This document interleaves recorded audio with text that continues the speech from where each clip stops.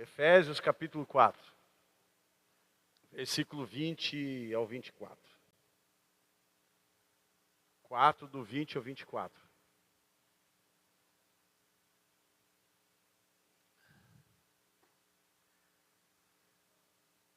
Aleluia.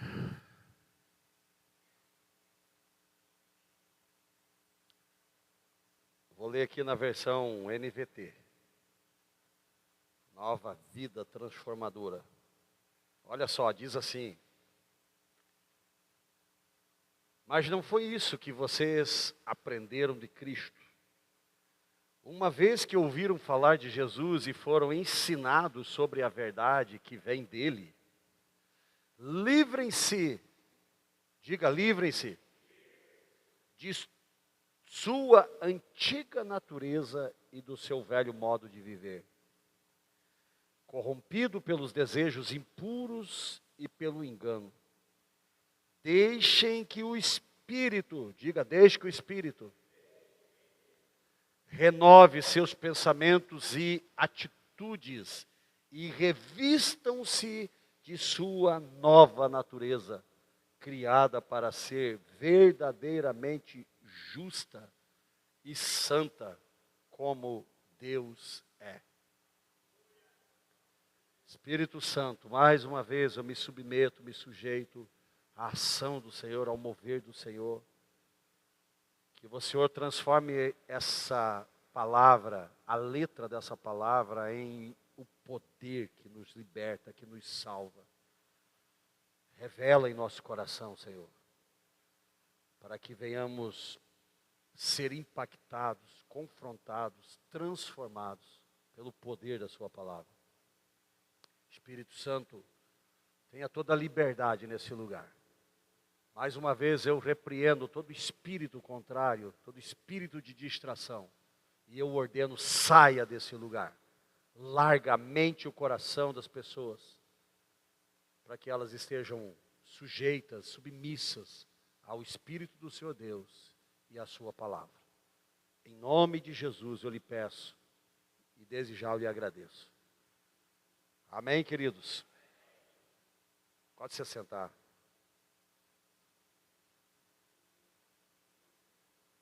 Diga aí para o seu irmão: caráter aprovado, nova identidade formada. Esse texto aqui, queridos, ou melhor, esses 2 versículos ou 3 versículos que lemos,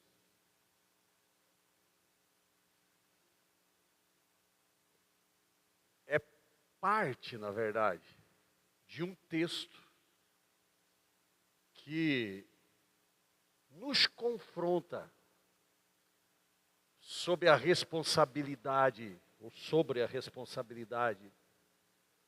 de abandonarmos a velha vida e vivermos a vida nova criada em Cristo Jesus. E esses versículos que lemos, eles são chaves, porque ele vem primeiro dizendo para nós: não foi isso que vocês aprenderam de Cristo? Por acaso vocês não aprenderam de Cristo? E se vocês aprenderam, ouviram falar de Jesus e foram ensinados sobre a verdade que vem dele, porque a verdade vem dele, ele é a verdade, na verdade. Amém? Ele disse isso. Eu sou o caminho, a verdade e a vida. E ninguém vai ao Pai se não for por mim. Ninguém volta ao Pai se não for por mim. Ele declarou isso, ele diz: eu sou a verdade, eu sou o caminho, eu sou a verdade, eu sou a vida. Para que não fique dúvida, não existe outra verdade. Tem gente que está procurando a verdade aí, fica aí de canto em canto, de soprado de um vento de doutrina para outro, como o apóstolo Paulo fala. Doutrina é aquilo que aparenta ser a verdade, queridos. E o apóstolo Paulo ele diz isso: não sejam como meninos agitados pelo vento de toda doutrina. E que são levados para lá, levados para cá, uma hora está lá, outra hora está aqui, outra hora está... Nós temos que ter um fundamento, temos que estar fundamentados na verdade. Porque todo aquele que está fundamentado na verdade, ele não vai ser enganado. Ele não vai ser levado por qualquer coisa que apareça. Inclusive, eu quero dizer algo que, abrindo um parênteses, que não estava aqui no script do que eu quero falar hoje, do que o Espírito quer falar conosco, queridos. Mas eu quero trazer também aqui, abrindo esse parênteses aqui, algo aqui para você.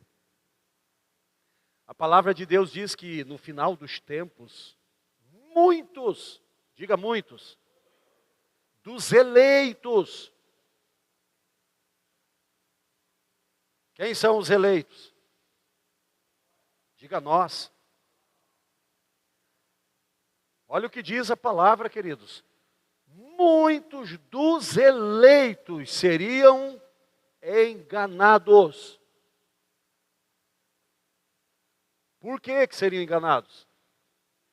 Isso aqui é só um parênteses, tá? No fim dos tempos, muitos dos eleitos seriam enganados. E enganados por quê, queridos? Por falta de conhecimento. Diga, falta de conhecimento. Falta de conhecer a verdade. E aqui Jesus está dizendo isso, aqui através do apóstolo Paulo. O Espírito do Senhor Deus está falando conosco através do apóstolo Paulo. Ele está dizendo aqui, vocês não aprenderam de Cristo? Vocês não foram ensinados, vocês não ouviram falar de Jesus e foram ensinados sobre a verdade que vem dele, de Jesus.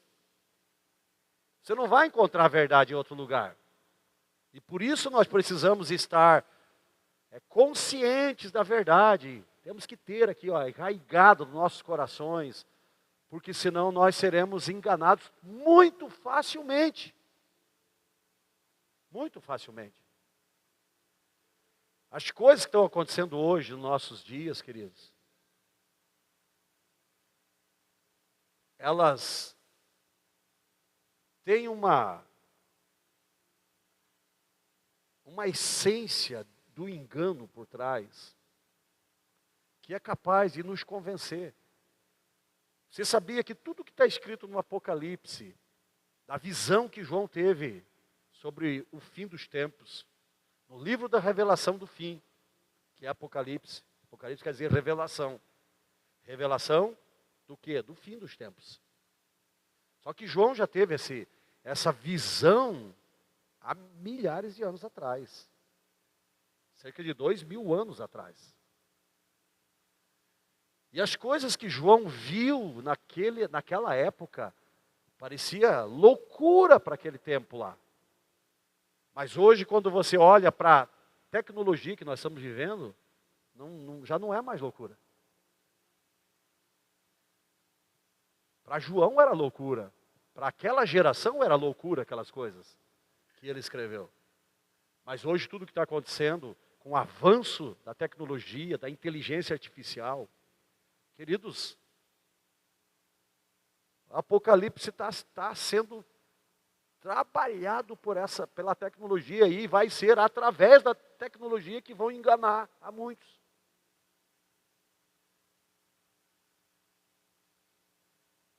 Por isso eu estou abrindo aqui esse parênteses aqui que não está dentro do que eu quero falar hoje aqui. Mas nós precisamos estar atentos, queridos. Atentos, porque senão muitos vão ser enganados. Muitos. Muitos vão seguir o anticristo achando que estão seguindo o próprio Cristo. Você sabe que a manifestação do anticristo, ele vai vir enganando, curando.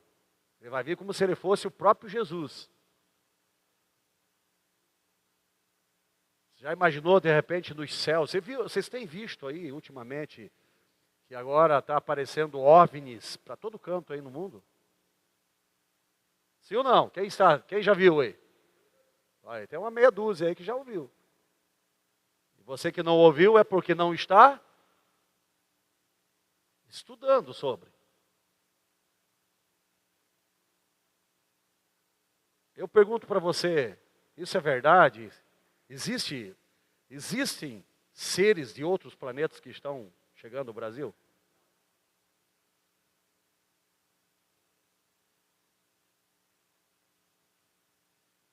Mas eles vão usar isso.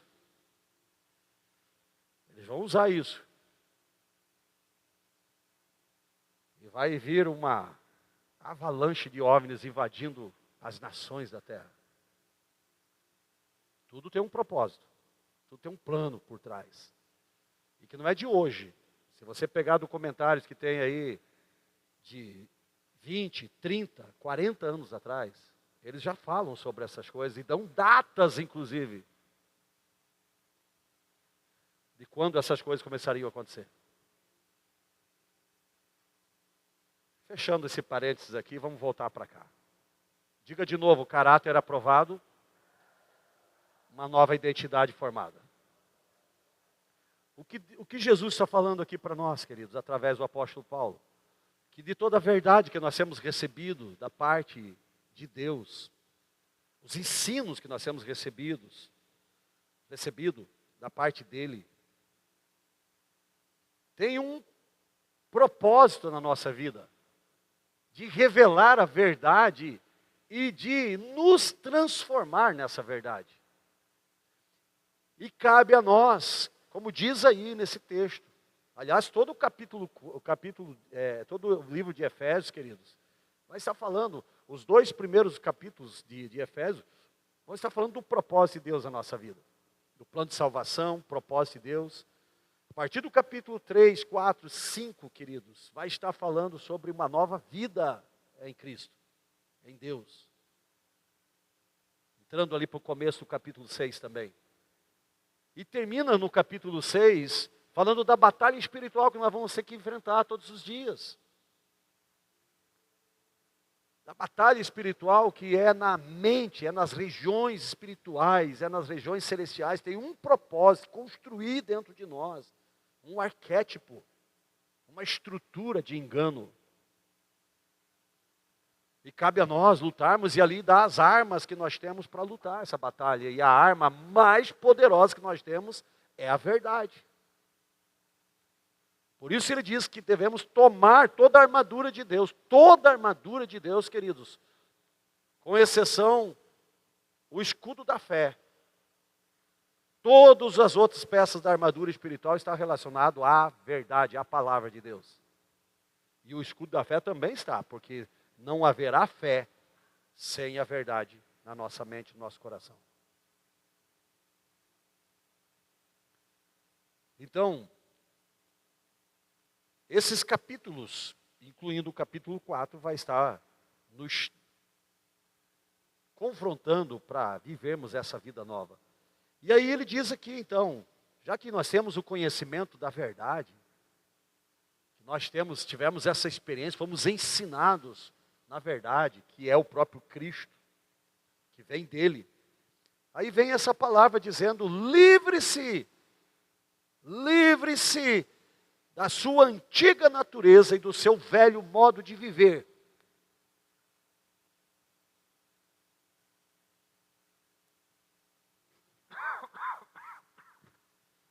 Aqui não está dando uma sugestão para nós, queridos. Não é uma sugestão. Aqui uma direção clara, concreta, o que eu tenho que fazer. Me livrar, diga me livrar da velha natureza. Me livrar do velho homem, da velha natureza, da antiga natureza e do velho modo de viver, da velha maneira, das ações, das atitudes. Eu preciso me livrar disso. Porque se nós não nos livrarmos do velho homem, da velha natureza, queridos, do velho modo de viver, nós vamos manter a nossa vida da mesma forma, com os mesmos hábitos, com a mesma sujeira, com a mesma imundície, com o mesmo tipo de pensamento, o mesmo tipo de comportamento. Vamos estar vivendo uma vida que não tem nada a ver com o padrão do reino de Deus. E que vai nos contaminar. Ele diz isso aqui, ó. Ele diz: livre-se da velha natureza, do seu velho modo de viver, que é corrompido pelos desejos impuros e pelo engano. Essa velha natureza, ela nos engana, queridos. Ela gera um falso prazer, uma falsa alegria dentro de nós. Ela nos engana. Ela é o próprio inimigo em ação dentro de nós, trabalhando de tal forma que nós estamos morrendo, estamos sendo contaminados e estamos sentindo prazer nisso. Engano.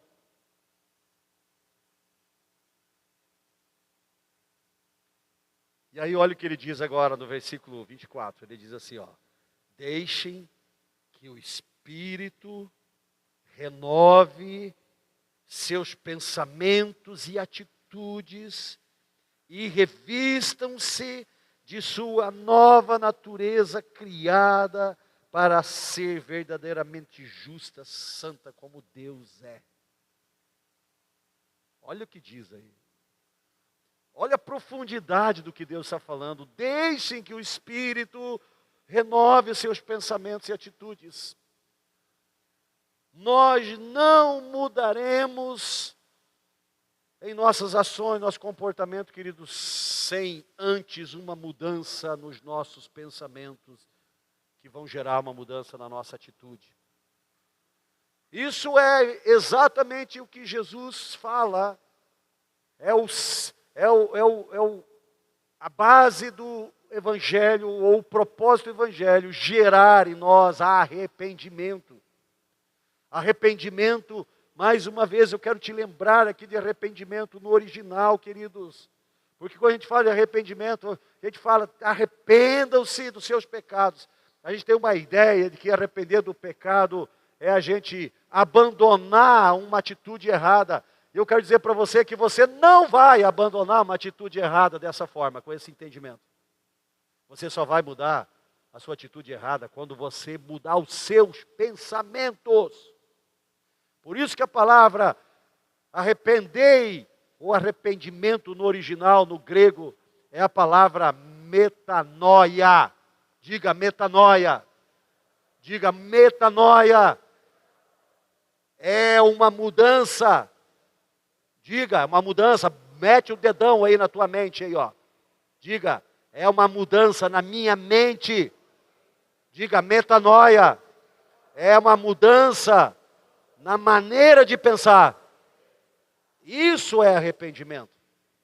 Só que você não vai ter essa mudança se não for pela revelação da palavra, da verdade, da única verdade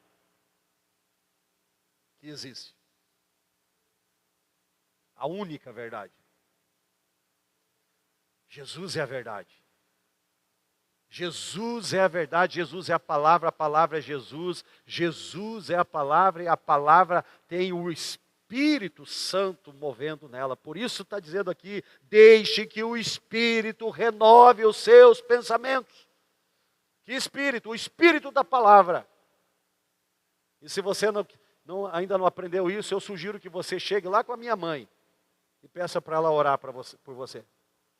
Porque ela vai dizer, em 3 ou 4 palavras da oração dela, ela vai dizer que o Espírito da palavra entre no seu coração.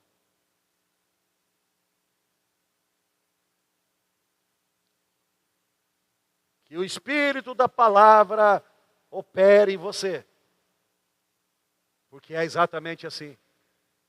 É o Espírito da palavra, é o Espírito, é a revelação, é a ação do Espírito Santo através da palavra que vai mudar os meus pensamentos. Agora, se você não conhece a verdade, queridos, como você vai mudar?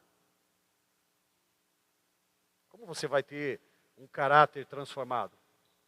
Lembre-se que caráter, a palavra caráter no original é traduzido por imagem. É a palavra caracter, no grego, que quer dizer imagem. O que é a imagem? Imagem, quando você olha no espelho, o que você vê? Vamos lá. Quem se olhou no espelho hoje aqui? Rapaz, tem uma meia dúzia que não se olhou, por isso que você está assim.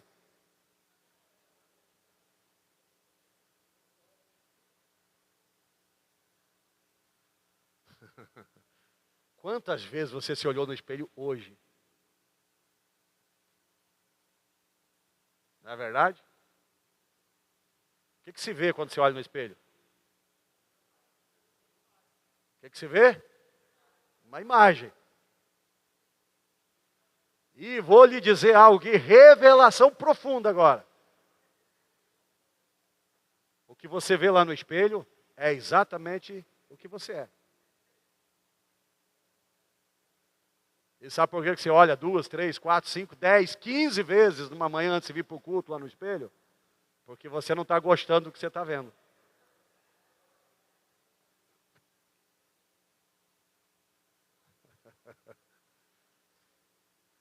É assim ou não é, queridos? Não, né?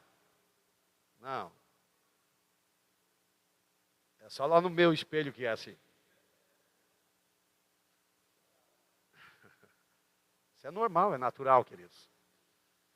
Mas o que quer dizer? A palavra caráter quer dizer imagem. A Bíblia diz, lá em Gênesis, lembra lá de Gênesis? Deus criou o homem à sua imagem e sua semelhança. Semelhança fala do ser espiritual. Deus é espírito, nós também somos espírito. Aliás, é o único ser que é semelhante a Deus. É o homem. A sua imagem. Deus criou o homem à sua imagem e à sua semelhança. Imagem, caráter. Deus criou o homem segundo o seu caráter.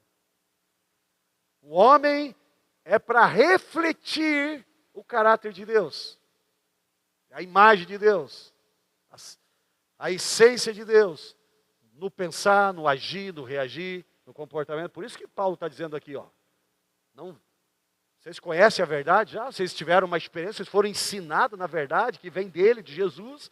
Então agora vocês têm que ter uma mudança de vida. Vocês não podem mais viver a vida velha. O caráter velho. A velha natureza. Os velhos hábitos. E aí ele vai dizer que deixe que o Espírito renove os seus pensamentos. Olha, ele não está dizendo aqui, deixe que o Espírito Santo transforme a sua vida, o seu comportamento. Não, ele diz, deixe que o Espírito renove os seus pensamentos, porque quando seus pensamentos forem transformados, forem renovados, o seu comportamento será transformado também. E aí é conversão. Lembra-se que diz Atos 3,19? Arrependei-vos e... Vamos lá. Arrependei-vos e convertei-vos para que sejam cancelados, diga cancelados, os vossos pecados. Pecado, o que é pecado, queridos? Erro de alvo. No grego, a palavra pecado quer dizer erro de alvo, erro na maneira de pensar, na maneira de agir, na maneira de se comportar. Erro de alvo.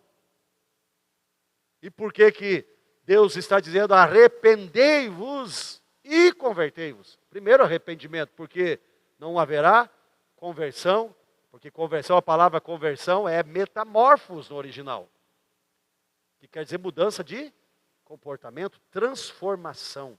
A metamorfose é a transformação, que vem de dentro para fora. Só que isso só vai acontecer, queridos, quando tiver mudança de pensamento. Por isso está dizendo aqui, deixem que o Espírito renove seus pensamentos e atitudes. E agora, olha o que ele diz. E revistam-se dessa nova natureza. Revistam-se. O que é revestir, queridos? Para se revestir, primeiro tem que se despir. Você vai olhar nessa mesma palavra em Atos, em Efésios 4, que ele vai estar mandando nós nos despirmos da velha natureza, abandonar a velha natureza. E aí, ele vem aqui nessa palavra dizendo agora, revistam-se dessa nova natureza. A nova natureza criada, olha só, essa nova natureza foi criada por Deus para um propósito. E aqui ele diz aqui, ó, criada para ser verdadeiramente justa. Mas não só justa. Justa aqui é no sentido de justificada. Justa, justificada. Não há mais condenação para aqueles que estão em Cristo Jesus, porque o sangue dele nos justificou. Está escrito, Romanos 8:1. Verdadeiramente, para ser verdadeiramente justa e santa como Deus é. O que é santo, queridos? O que é santo no original? Me diga aí. O que significa a palavra santo no original? Separado. Diga santo, quer dizer separado. Separado do quê?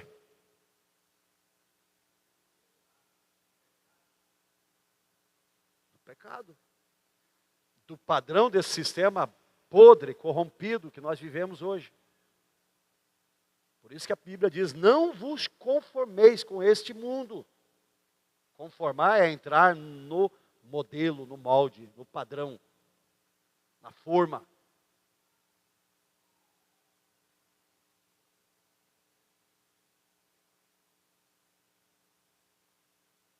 Então vamos lá. Vamos falar um pouquinho de José novamente, queridos.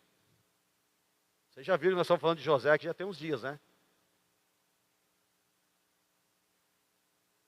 Semana passada nós falamos do perdão, do teste do perdão. Extraordinário, né? Vamos lá. Ao longo da vida de José, sua vida, José passou por profundas transformações. Diga profundas transformações. Mas não só José, tem tantos na Bíblia. Nós também que estamos aqui, queridos. Já passamos por tantas transformações. E José passou por profundas transformações que moldaram a sua identidade. Diga, transformações que moldaram a identidade. De filho amado tornou-se escravo. Presta atenção aqui. Vamos falar aqui das transformações. De filho amado, ele era filho amado do seu pai, sim ou não? Sim. A palavra diz que Jacó amava mais a José do que os seus irmãos. De filho amado, ele se passou para escravo. Isso foi uma tremenda transformação, sim ou não, queridos? E um tremendo teste também. Deixa eu falar algo aqui, ó. Diga, no fogo das provas. Repita isso, diga, no fogo das provas. Nosso caráter é forjado.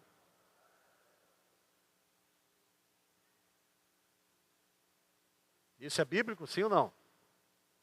Sim ou não, queridos? Vamos ver onde está isso? Abra aí para... Logo na frente aí, 1 Pedro. Deixa eu ver se eu acho aqui. 1 Pedro, capítulo 1, versículo 9, diz assim, ó. Olha, escute aí.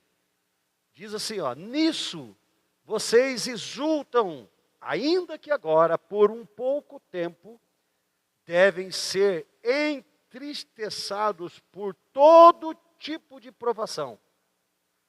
Assim acontece para que fique comprovado que a fé que vocês têm, muito mais valiosa do que o ouro que perece, mesmo que refinado pelo fogo, é genuína e resultará em louvor, glória, honra, quando Jesus Cristo for revelado.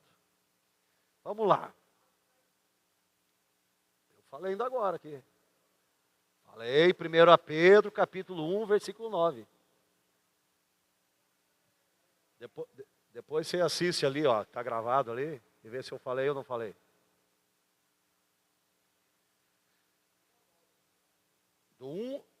Capítulo 1, versículo 9. 1 Pedro, capítulo 1, versículo 9. O que está dizendo aqui nesse texto, queridos? Está dizendo aqui que nós vamos ser provados. Se por breve momento sejais contristados por, de uma outra versão diz, por várias provações, para que o valor da vossa fé, uma vez confirmado, assim como o ouro é purificado pelo fogo, uma vez a fé de vocês confirmada pela prova, pelo fogo, isso venha produzir louvor e glória e honra ao Deus Todo-Poderoso, quando Jesus Cristo for revelado no meio dessa prova em sua vida. Isso é a formação do caráter. Cristo revelado, quando você conhecer Jesus no meio daquela prova, experimentar Jesus, a essência de Jesus, o poder de Jesus naquela prova, o teu caráter será aprovado. Diga glória a Deus. E é isso, nós estamos falando aqui de José, queridos. Ele saiu de filho amado, de um contexto de onde o pai amava, mas ele era rejeitado pelos seus irmãos. E odiado pelos seus irmãos também. A Bíblia diz que ele era odiado, e quando ele teve o segundo sonho, diz que ele veio trazer lá o segundo sonho, e aí os seus irmãos ainda o odiaram mais ainda. Prova na alma, nas emoções, na vida, no caráter de José, queridos. E de filho amado, ele tornou-se escravo. Acabou aí? Não, queridos. De escravo, ele foi acusado injustamente pela esposa de Potifar. E de escravo, ele se tornou agora preso, lá num calabouço, passou anos naquele lugar, naquela prisão, sofrendo, injustiçado. De filho amado, agora ele foi escravo, agora ele está sendo acusado injustamente, e agora ele está preso em um calabouço, sendo massacrado ali naquele lugar. Porém, é desse lugar que Deus, alguns anos depois, desde o dia que ele foi vendido como escravo pelos seus irmãos, até o dia que Deus o tirou daquele calabouço, queridos. Deus não só o tirou dali, mas Deus o fez governador de todo o Egito. Deus transformou o caráter, a mente, os pensamentos. Nós estávamos falando na célula nessa semana, dentro desse assunto, a questão do perdão. Quantas crises José teve, queridos? Todo esse período de anos aí. 14 a 16 anos que ele viveu essa experiência de prisão, de acusação, de rejeição, de ser colocado no calabouço, na prisão, sendo enganado, sendo maltratado por todos. Quantas situações José viveu na mente, nos pensamentos. Você acha que foi fácil para José administrar os pensamentos dele em todas essas coisas?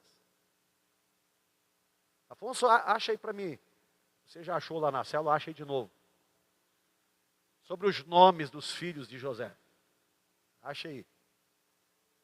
Gênesis capítulo 49, acho que é, né? Olha só aqui.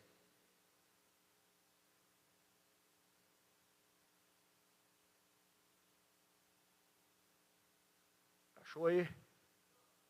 Leia aí bem alto. Fique de pé e...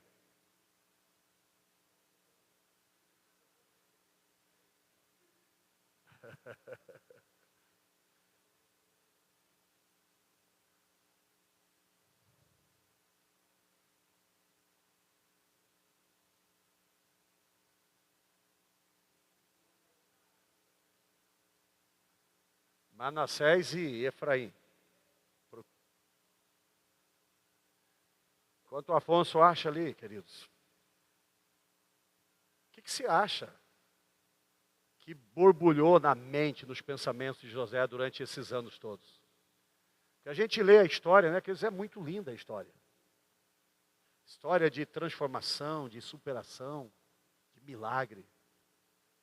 Mas a gente não se coloca no lugar dessa pessoa lá, para ver todo o processo que ele passou, a dor que ele passou, para entender a dor que ele passou, para entender o processo que ele passou, para entender o quanto ele teve que se deixar ser trabalhado pelo Espírito para transformar os seus pensamentos e as suas ações, as suas atitudes. Achou?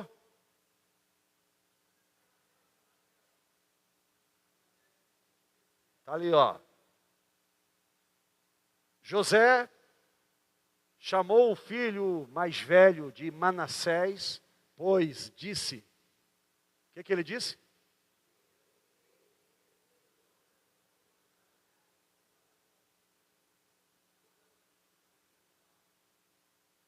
Pois disse, Deus me fez esquecer todas as minhas dificuldades e toda a família de meu pai.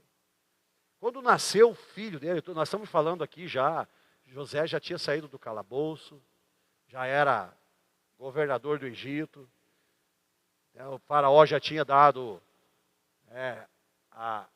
uma esposa para ele, e ele já tinha tido o primeiro filho e o segundo filho. Olha o que ele diz aí quando nasceu o primeiro filho. Não, primeiro filho, deixa aí, meu. Olha só, José chamou o filho mais velho de Manassés, pois disse, Deus me fez esquecer todas as minhas dificuldades e toda a família de meu pai. Queridos, quando nasceu o filho dele, ele já tinha sido tirado, e toda aquela situação que ele vivia, já tinha sido restaurado. A identidade dele tinha sido restaurada, queridos. Porque se você não sabe, quando uma pessoa é vendida como escravo, ela perde a identidade. Vai estudar sobre isso, você vê.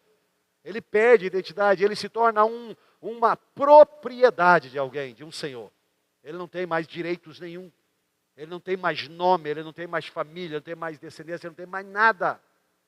Aqui José já tinha sido restituído na sua identidade, agora ele não era mais um escravo, ele era agora o governador do Egito e todo o Egito.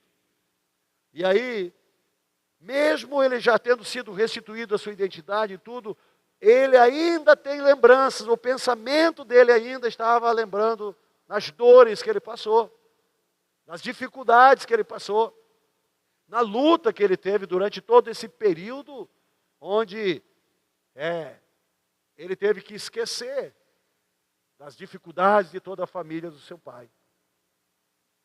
Em outras palavras, queridos, ele está lembrando do seu pai, ele está lembrando da família do seu pai, ele está lembrando de toda a dificuldade. Quando ele fala dificuldade aqui, vamos traduzir essa dificuldade. Que dificuldade é essa? O fato de seus irmãos terem rejeitado, de terem lançado ele primeiro numa cisterna, depois de ter decidido vender ele como escravo, depois de ser escravo lá, ter sido acusado injustamente pela esposa de Potifar, de ter sido preso, de ter ficado esses anos todos nessa situação, toda a dificuldade que ele viveu. Mas ele está dizendo aqui que esse filho agora, ele veio pelo processo que Deus operou na vida dele, para fazer esquecer essas coisas. Mas ele está lembrando. Está entendendo aí, queridos? E na palavra da semana passada nós falamos do perdão de José. Será que você não pode entender o propósito de Deus na situação que você está vivendo para liberar perdão também? E viver o propósito? Que tudo tem um propósito. Vamos lá para o segundo filho agora. Olha aí, nasceu o segundo filho. Ó. José chamou o segundo filho de Efraim, pois disse, Deus me fez prosperar na terra da minha aflição. Mais uma vez. Já tinha nascido um, já tinha lá não sei quantos anos, agora veio o segundo. José ainda está lembrando, está nos pensamentos dele, a aflição que ele viveu. Só que ele aqui está declarando algo aqui da bênção que Deus tem feito. Deus me fez prosperar na terra da minha aflição. Eu quero dizer para você que Deus vai te fazer prosperar nesse momento aí de aflição que você está vivendo. Mas você precisa se deixar ser trabalhado pelo Espírito Santo. Aqui tem essa palavra, diz aqui, Deixem que o Espírito renove seus pensamentos e atitudes e revistam-se da nova natureza criada em Deus, para verdadeiramente viver justiça, justamente e santidade como Ele é santo. Se deixe ser trabalhado, deixe ser forjado esse caráter de santidade e pureza, esse caráter dentro da verdade, dos princípios. Deixe o Senhor completar essa obra, é isso que está dizendo aí. Então, de escravo, foi levado à posição de governador do Egito. José sabia que sua verdadeira identidade não estava em títulos ou em circunstâncias, mas em ser filho de Deus, em ser alguém chamado para viver um propósito maior. Todos os 2 momentos aí dos filhos, ele vai falar aí, Deus me fez. Deus me fez. Ele se deixou ser trabalhado por Deus no meio das aflições, das dificuldades que ele viveu.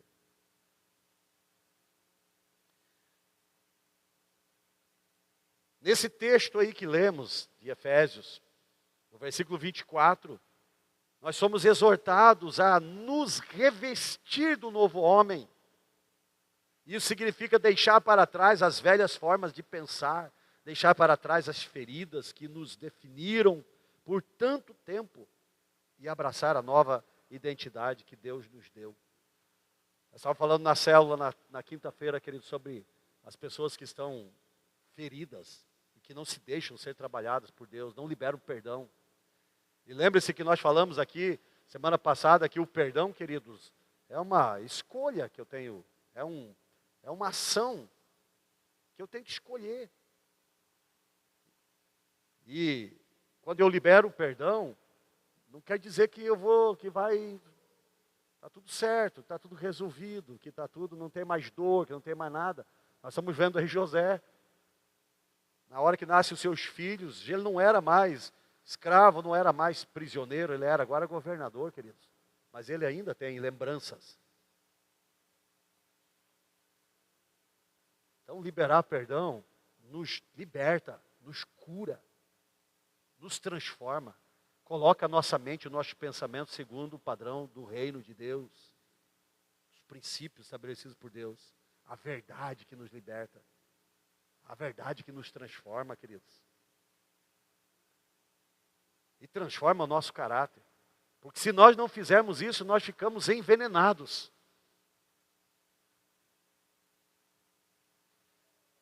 E eu conheço gente, queridos, que a gente não consegue ficar perto deles. Porque destila do veneno que está dentro de si. E eu estou falando aqui do que eu conheço, do que eu tenho convivido com pessoas. Uma pessoa que a gente vem trabalhando na alma dela, queridos, foram anos e anos e anos e anos sendo traída pelo marido.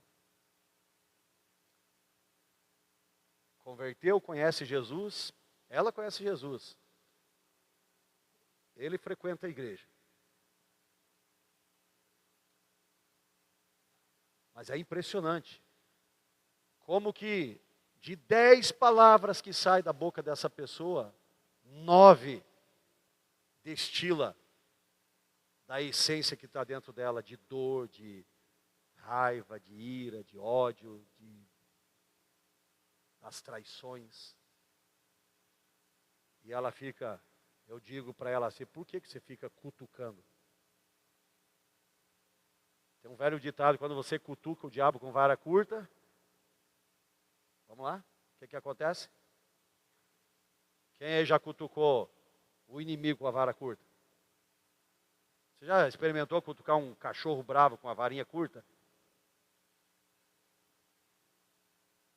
Hã?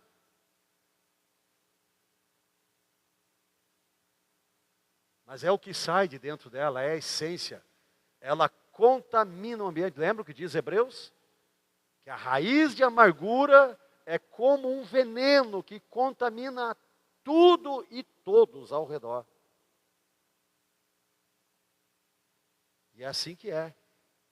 Por quê? Porque não libera o perdão, não consegue liberar o perdão, não consegue colocar o princípio em prática. Não consegue se deixar ser trabalhada no caráter, porque isso é uma questão de caráter. É uma questão de entendimento de que eu sou a imagem de Cristo, como que Cristo agiria numa situação dessa, queridos. Aliás, como que ele age sempre, né? Porque trair Cristo, todos nós traímos todos os dias. Sim ou não? Sim. A falta de entendimento, a falta de se deixar ser trabalhada pelo Espírito para que o pensamento seja mudado, para que a atitude seja transformada. Você está entendendo aqui, querido? Por isso que a palavra aqui nos diz aqui que devemos nos revestir, nos deixar ser transformados, ser renovados pelo Espírito e transformados em nossas atitudes, porque senão não vai haver. Por que José está aí anos, queridos? E chegou o dia que ele teve que encarar os seus irmãos, que nós já vimos isso aqui. Ele teve que encarar aqueles que foram os instrumentos para tudo acontecer. E mesmo ele tendo o entendimento que Deus usou da maldade dos irmãos para produzir algo bom, um propósito bom de salvação, mesmo ele tendo esse entendimento, nós vimos as atitudes de José antes do momento que ele libera o perdão de fato e de verdade para os seus irmãos, e ainda chora naquele momento, porque ainda doía. Nós vamos ver várias situações onde José até colocou alguns dos seus irmãos na prisão, antes de se revelar que ele era José. Ele ficou brincando, na verdade, com as emoções de seus irmãos. Ele não precisava fazer nada daquilo. Ele tinha certeza, convicção, que eram os irmãos dele. Ele tinha certeza absoluta que o pai estava vivo. Tinha certeza absoluta que o seu irmão mais novo estava com o pai. Mas tudo que ele fez era ainda reflexo da dor que estava dentro dele. Mas ele não deixou que isso fosse maior do que o propósito de Deus. E ele liberou o perdão. Então nós também precisamos fazer isso. Então Deus nos exorta nesse texto aí de Efésios, para nós nos revestirmos do novo homem. Revestir, queridos, dessa nova natureza. Essa natureza que foi criada em Deus para andarmos em santidade. Para andarmos uma vida justa, justificada, que reflita a imagem dele, o caráter dele, a essência dele. Você já imaginou, queridos, você fazendo alguma coisa errada? E quando você está fazendo alguma coisa errada, você tem consciência do erro. Embora talvez você não tenha consciência naquele momento que Deus está junto de você. Você sabia que Deus anda com você? Aliás, deixa eu lhe falar algo aqui. Você sabia que Deus habita dentro de você? Ontem eu ia ministrar lá uma palavra. O tema da palavra é Jesus habita em sua casa. Mas aí o Espírito Santo moveu de outra forma lá. Mas ele habita dentro da nossa casa, dentro do nosso coração. Agora imagina que você ir para uma rota, você vai lá para o adultério, para a prostituição, vai dar lá uma beliscada na sua velha natureza, nos seus desejos carnais. E você vai lá, e você acha que Jesus não está com você. Você já imaginou isso, queridos? Está sendo contaminado a natureza de Deus dentro de você. E é isso que Deus não quer. É isso que Deus está nos ensinando hoje aqui, nos revestir da nova natureza. Da nova natureza criada em Deus, em Cristo Jesus. Diga glória a Deus. Ele quer não só transformar o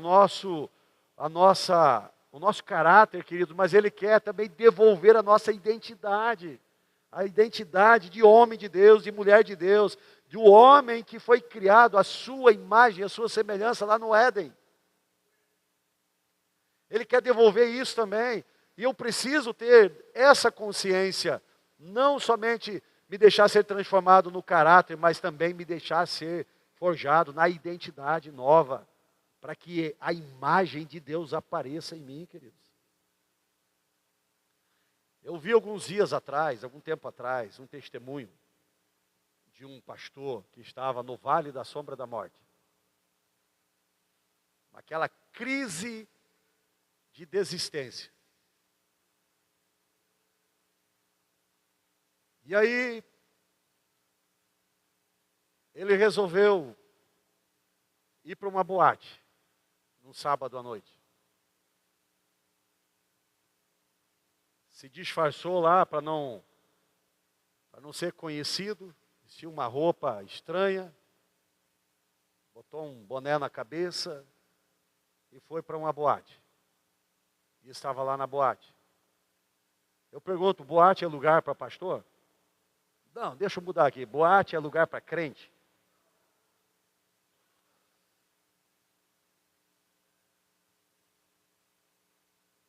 Tem um versículo da Bíblia que diz, todas as coisas me são lícitas, mas nem todas me convêm.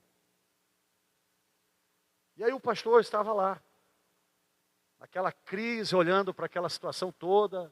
Eu não me lembro exatamente o que ele estava fazendo, mas me parece até que ele estava bebendo alguma coisa.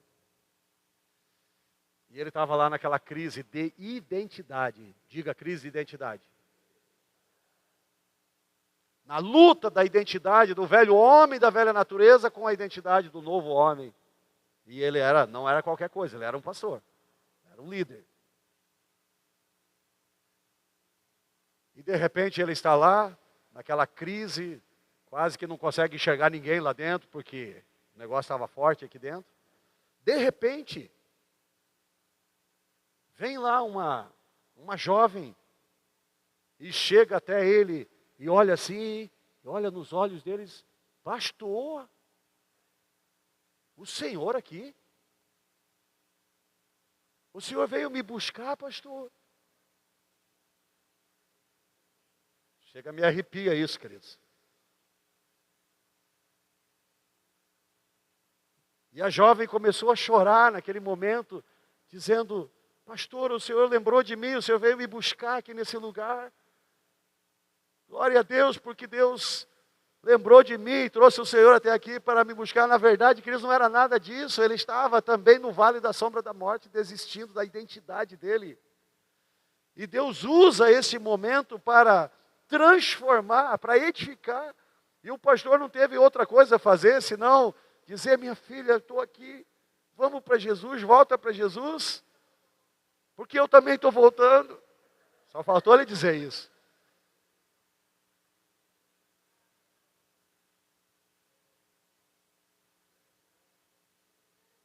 Os planos de Deus, queridos, ninguém muda. Você precisa entender uma coisa, João 15,16 diz assim, não fosses vocês que me escolheram. Você fica aí todo cheio de coisa. Não foi você que escolheu Deus, não. Lá está dizendo, não fosses vós que me escolhesse, mas eu vos escolhi e vos designei, para que vades e deis frutos. E mesmo no momento da crise desse pastor, Deus reverte a situação e não só salva o pastor, mas salva aquela jovem que estava perdida também. Diga glória a Deus. Oh, meu Deus. Alguns dias atrás eu falei para vocês aqui, Salmo 139, do 1 ao 13, ao 12. Que Davi está lá numa crise também de identidade, né, queridos? E aí ele começa a orar e começa a adorar, na verdade, porque Davi era o adorador, um exímio adorador. Começa a compor aquele salmo. Eu deduzo que ali estava fluindo uma adoração no meio da crise, da guerra, do conflito de Davi. E ele está cantando aquela canção espontânea ali, que depois se tornou um salmo. E ele começa a falar: para onde eu irei? Onde eu vou me esconder do Senhor? O Senhor está em todo lugar. O Senhor, até as palavras, antes mesmo de eu pensar elas e colocar na minha boca, o Senhor já sabe o que eu vou falar. O Senhor sabe tudo. O Senhor é tudo. Para onde eu irei? E aí ele começa a falar, começa a descrever ali. E aí no versículo 13 ao 16 ele vai falar, ainda quando eu estava lá no ventre da minha mãe, eu era uma substância informe, eu estava ainda sendo entretecido. O Senhor já viu todos os meus dias, e o Senhor os escreveu e os determinou, antes mesmo que eles existissem. E de modo sobremaneira, assombrosamente o Senhor me fez e escreveu os meus dias. E aí? E aí mais na frente ele termina lá dizendo assim: Senhor, sonda o meu coração, vê se há em mim algum caminho mau, Senhor. Sonda o meu coração, vê se há em mim algum caminho mau. É isso, queridos, que eu estou falando no meio das nossas crises, das nossas guerras, nossos conflitos, das nossas dificuldades, como vimos aí José, queridos. Nós temos esse coração de nos deixar ser transformados, de nos deixar ser renovados pelo Espírito, de deixar que o caráter de Cristo seja formado em nós, mas não só o caráter, mas a identidade dele seja devolvida em nós, a imagem, da semelhança, para vivermos verdadeiros líderes, verdadeiros homens e mulheres de Deus, que reflitam a imagem, a essência de Deus, não só nos pensamentos, mas nas ações, principalmente nas ações, nas atitudes. Onde Deus apareça, queridos, onde nos nossos movimentos seja como um espelho, venha aparecer Deus, a imagem dele. Olha só, Isaías 43:1 diz assim, mas agora, ó Jacó, ouça o Senhor que o criou, ó Israel, assim diz aquele que te formou, não temas, pois eu o resgatei. Eu o chamei pelo nome, você é meu. Eu quero dizer para você, Deus te conhece pelo nome, filho. Deus te conhece pelo nome, Ele te resgatou, Ele te salvou, Ele te libertou, Ele te conhece profundamente. Está escrito aí. Deus lembra de nós, de quem nós somos, lembra de como nós somos chamados, Ele nos chama pelo seu nome. Ele nos redimiu, nós pertencemos a Ele. Posso ouvir um amém?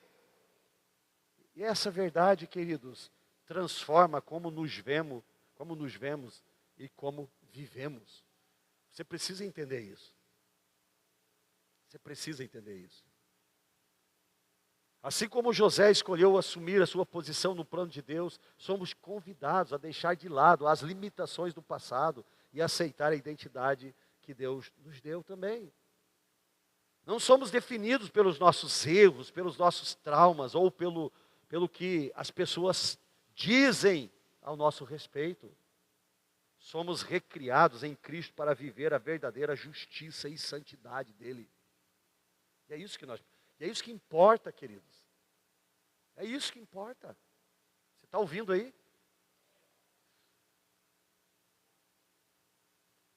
José, no fim da sua vida, teve a honra de ver o cumprimento do plano de Deus para a sua família e para uma nação inteira.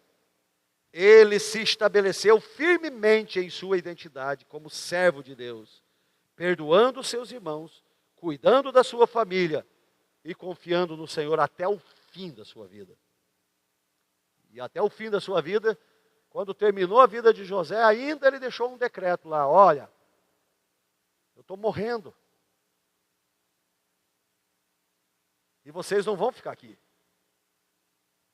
Vocês não vão permanecer aqui, porque nós não viemos para o Egito para ficar no Egito. Isso fala muito ao nosso respeito, queridos. O Egito é um símbolo do mundo, desse sistema que nós vivemos. Nós não viemos para ficar nesse mundo, queridos. Nós estamos aqui de passagem. E José, ele diz para os seus irmãos: eu estou morrendo. E eu quero que vocês prometam, façam uma aliança comigo, de que quando vocês saírem daqui do Egito, vocês forem resgatados do Egito, vocês levem os meus ossos para a terra da promessa. Para não deixar nada para trás, queridos. No mundo, queridos, nós não podemos deixar nada. Não tem nada para nós nesse mundo. No Egito, para você entender.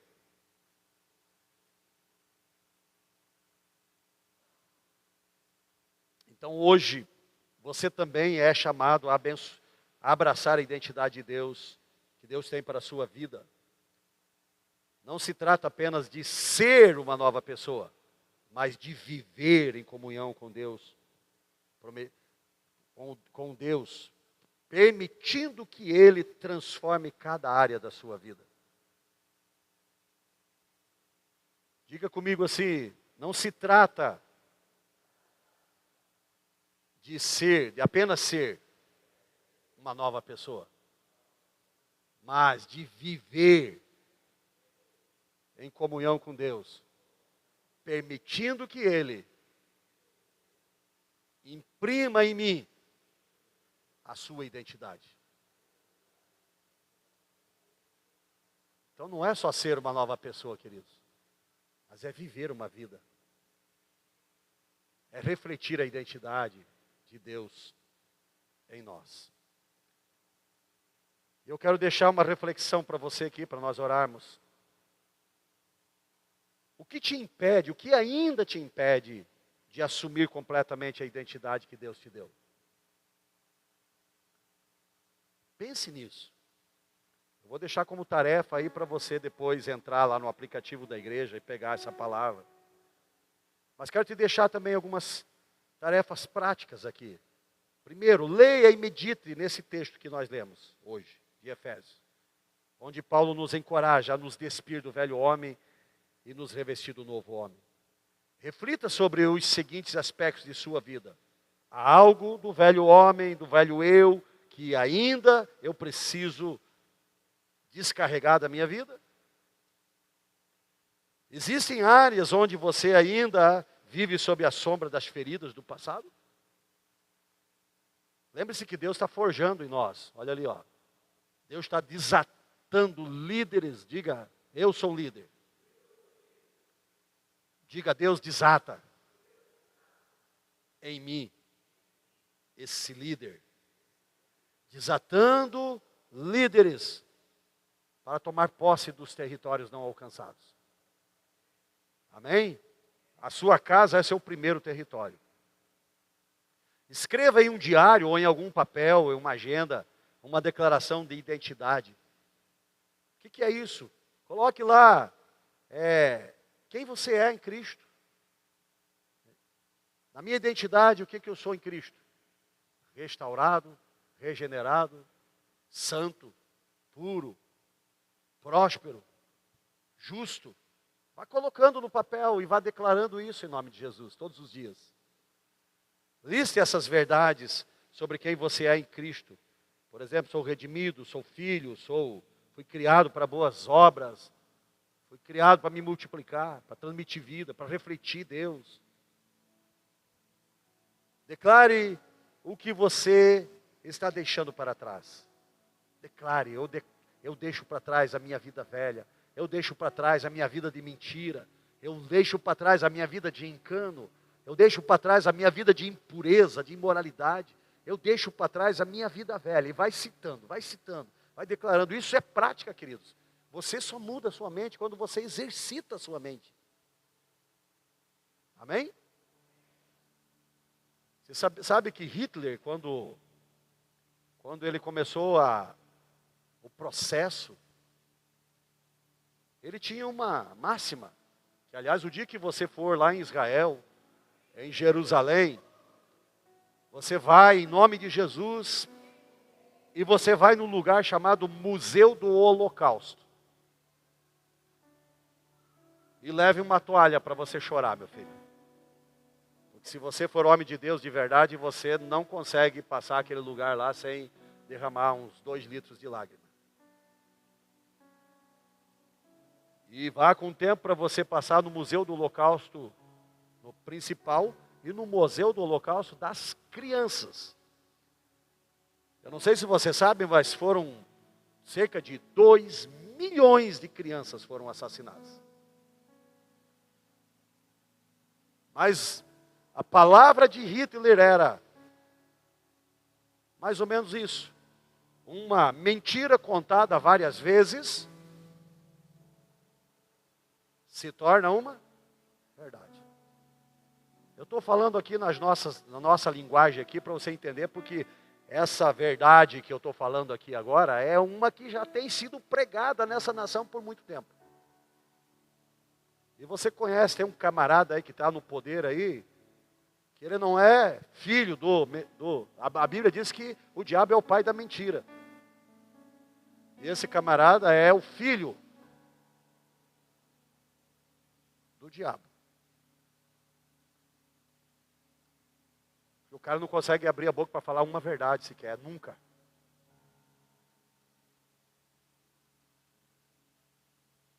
E ele tanto fala mentira que a nação inteira, não vou dizer inteira porque eu não acredito, mas a grande maioria da nação acredita. E para isso ele usa a mídia, ele usa tudo que ele tem. Você vai ver isso lá no Museu do Holocausto, eles vão falar sobre isso, está lá os jornais que Hitler usava na época, para induzir, como a mídia não existia naquela época como hoje, eles usavam jornais, panfletos, e ele convencia, de tanto massificar aquela mentira sobre os judeus, ele convenceu nações inteiras, que ele não foi só a Alemanha, ele convenceu outras nações. Então, declare aquilo que você é em Cristo todo dia, toda hora. Massifique isso para que a tua mente mude. Declare, eu sou santo em Deus, eu sou santo, eu sou puro. Declare isso, queridos. Amém? Vamos orar. Glória a Deus.